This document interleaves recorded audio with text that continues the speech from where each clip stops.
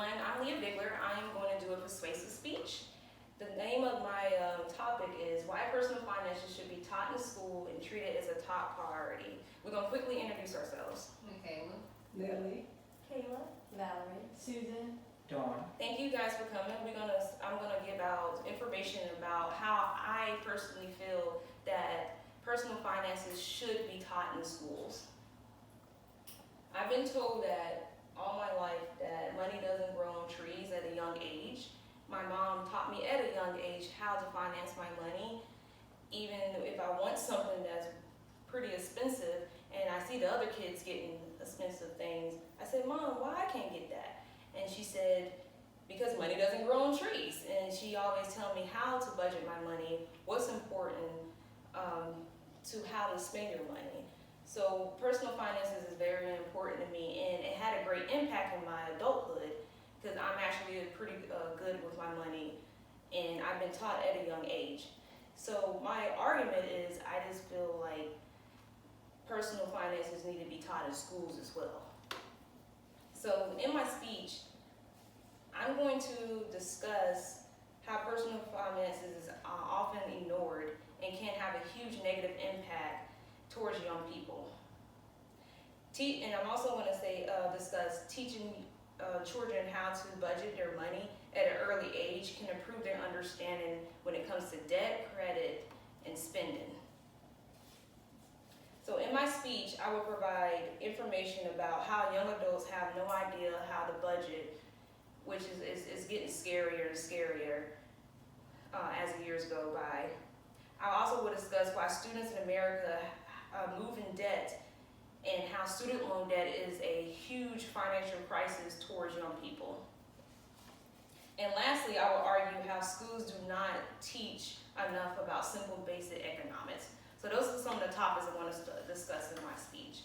So we're going to go with my personal story again.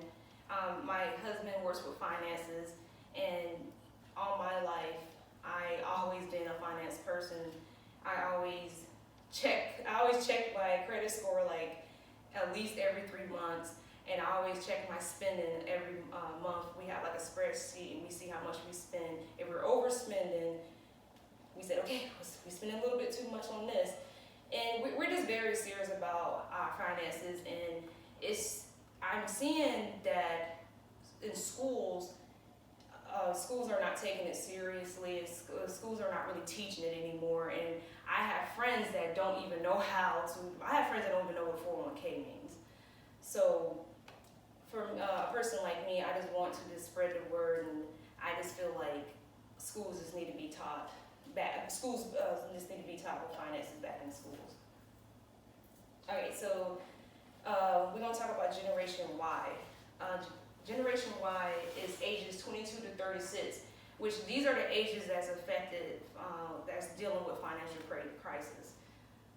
So we're going to talk about a few facts here. So according to the Business Insider, essentials like bills, utilities, housing, groceries, savings, and fun activities and expenses, most Generation Y do not budget and spend more money because it's convenient and it's more easy for them. So more people are not cooking in this generation. They rather spend extra money on food or anything that's convenient. Also, 70% will spend a little extra money on trendy restaurants and spend $4 a day on coffee. $4 a day on coffee is a lot of money. Most are not checking their credit score or do not have the knowledge on how credit works. Some do not know, don't even know anything about credit. Only 32.3% are homeowners. So a lot of Generation Y are renting. Most of them don't even know anything about owning a home or how to gain equity, or they just rather just spend more money on renting than owning a home and building equity.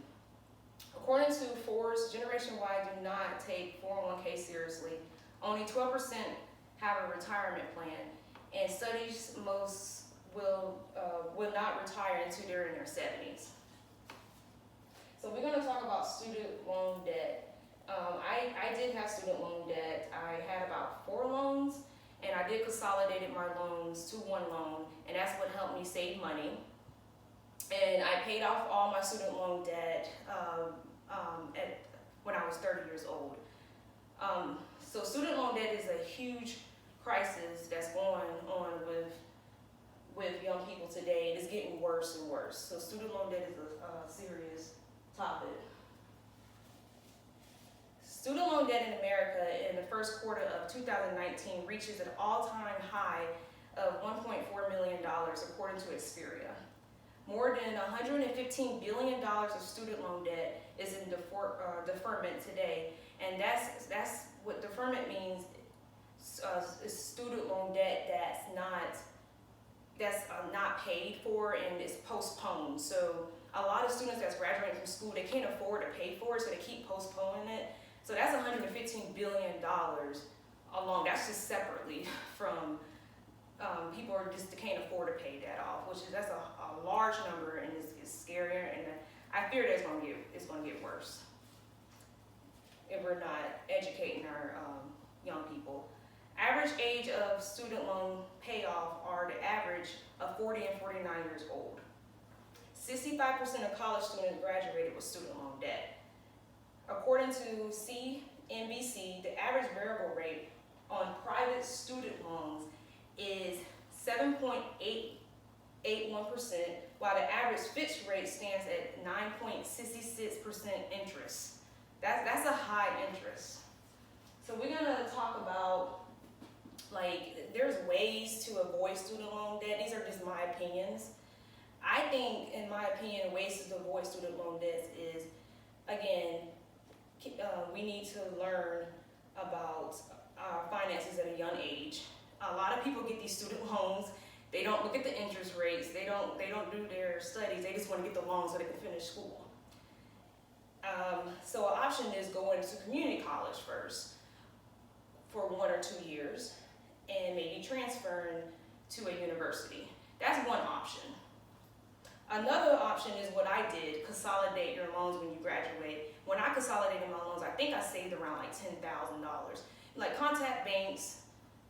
And I think I contact 5 banks, and I discussed about my loans, and I got the best offer, and I put all my loans together, consolidated, and I think I saved around $10,000 if I'm not mistaken. So that's another option too. A lot of students that graduate don't know that. I know a lot of students that graduate, they don't even know about the consolidating. They just pay the student loans, and they've been paying, and interest is going higher. Another option is work while you're going to school and pay off your school while you're working. So what I mean by this, I know some students that been in school for 6-7 years, and they paid off their student loan debt, and they have no debt after they graduated. But I also know some students that graduated fast at 4 years, and they have this massive amount of student loan debt, and they can't afford to pay for it. So just be patient. Don't rush to get out of school. Those are some of my options, personally options. So we're going to talk about basic economics. So basic economics should be part of a young child curriculum. Schools are not teaching enough in basic economics. Studies show that students without financial education are more likely to have low credit score and other financial problems. So there's a textbook that's called Economics Education in the U.S. in high schools. This book is only required in private schools and not in public schools. And that's pretty scary. This needs to be taught in public schools as well too. So every 2 years, there is a survey across the U.S. and 50 states, and only 17 states require high school students to take a course in personal finance. And not a single state has added personal finance to its K through 12 standards since 2016. So according to the report of Council of Economic Education. So economics is pretty much is declining. They're not teaching kids about economics in schools. Your personal finance should be the most important aspect of your life. You can earn a great living, and there's some people that do make great money, but they don't know how to finance their money. they can make good income, but they don't know anything about credit. They don't know anything about nothing. There are some people that I know that graduated with engineering, and they live in apartments, and they just wasting their money, and they just don't know how they don't know how credit works. They don't know anything. They just make a lot of money. It does not matter what's your income. It still does not change the way you handle money. So finances should be your number one top priority. So back to my personal story again. A lot of people call me frugal, and it's okay to be frugal. Frugal is actually a positive thing. What I mean by frugal is this a person that knows how to spend their money and how to save their money. So when someone calls you frugal, don't be offended by it. It's actually a great thing. And thank you.